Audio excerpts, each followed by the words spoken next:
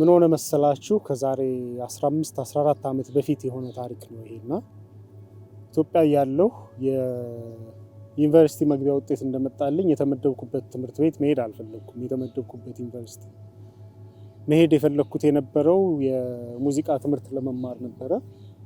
የሙዚቃ ትምህርት በብቸኝነት ይሰጥበት የነበረው ተቋም በጊዜው ደግሞ ያሬድ የሙዚቃ ትምህርት ቤት ነበረ።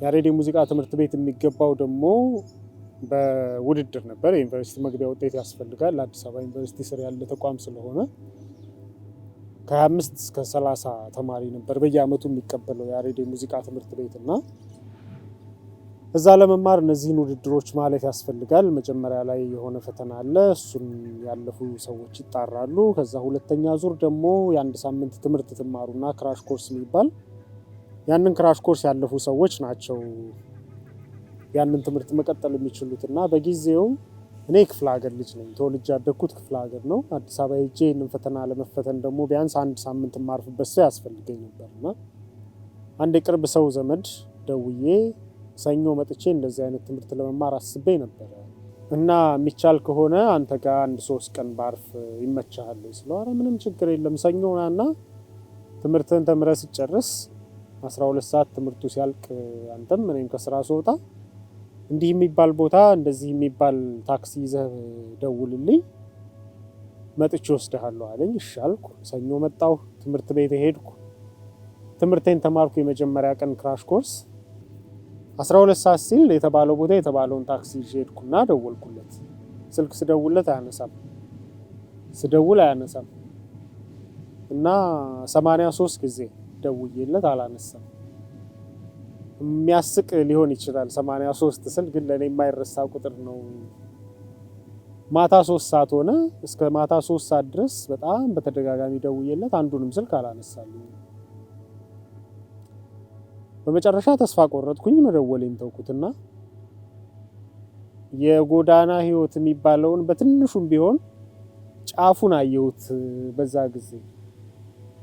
ብቻ ኤኒዌይስ አለፈ ብዙ ነገር ምናምን።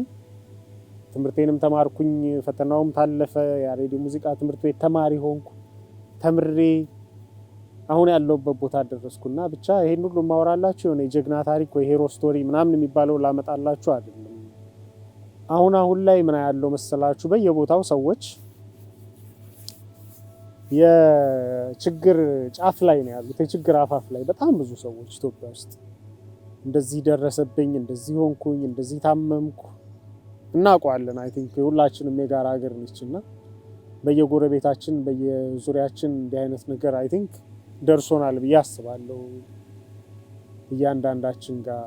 እና ሰዎች ተቸግረው እንደዚህ አይነት ነገር ሲጠይቁን አንዳንዶች በይሉኝታ አልችልም ላለ ማለት፣ አንዳንዶች ደግሞ አይ ምን አገባኝ ስልኬን መዝጋን ነው በሚል መንገዴነት የማይችሉትን ነገር ቃል ይገባሉና ለእናንተ የምትገቡት ቃል ምናልባት ዝም ብሎ የቃል ጉዳይ ወይ የተራ የአንድ ውይይት ወይ የሆነ ወሬ መሀል የገባ አረፍተ ነገር ሊሆን ይችላል። ግን ለነዛ ሰዎች የመኖርና ያለመኖር ጥያቄ ወይ ደግሞ የህይወት ምስቅልቅሎች ውስጥ የሚከት ጉዳይ ሊሆን ይችላል እና አንዳንዴ የምናደርገው ነገር ወይ ደግሞ ቃል የምንገባው ነገር ለሰዎች ምን አይነት ነገር ይዞባቸው ሊመጣ ይችላል ብሎ ማሰብ በጣም ጥሩ ይመስለኛል። እና የማትችሉትን ነገር ቃል አትግቡ።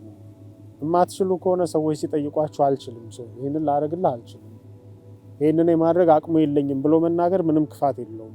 ሰዎች በዚህ የሚጠሏችሁ ከሆነ ይጥሏችሁ። ቃል ገብታችሁላቸውና እናንተን ተስፋ አድርገው ብዙ ነገር ውስጥ ገብተው መጨረሻ ቃላችሁን ሰብራችሁ ከምታስከፏቸው የበለጠ አይሆንም አልችልም ብሎ መናገር። እና የቸገረው የተከፋ ሰው ብቸኛ የመኖር ተስፋው ነገ ያልፋል የሚለው ነገር ነው። ተስፋ ነው የሰው ልጅ ከክፉ ቀን የሚያወጣውና የማትችሉትን ቃል ገብታችሁ የሰዎችን ነገ አትቀሙ። በቃ ዛሬ ምናልባት ሰዎች ምንም ነገር ላይኖራቸው ይችላል፣ ነጋቸው ብቻ ይሆናል ንብረታቸውና እሱንም አትንጠቋቸው በማይሆን ተስፋ ባካችሁ። ይሄን ነገር መናገር ስላለብኝ የተናገርኩት በየቦታው ያየሁት ስለሆነና እንዲህ አይነት ነገር ውስጥ ያለፋችሁበት ነገር ካለ እናንተም እንደዚህ ሼር የምታደርጉት ታሪክ ካለ ደግሞ ኮሜንት ላይ ጻፉልኝ። ባነባቸው ደስ ይለኛል ስቶሪዎቻችሁን። በተረፈ በሚቀጥለው ጊዜ በሌላ ቪዲዮ እስከምንገናኝ ድረስ ይመቻችሁ።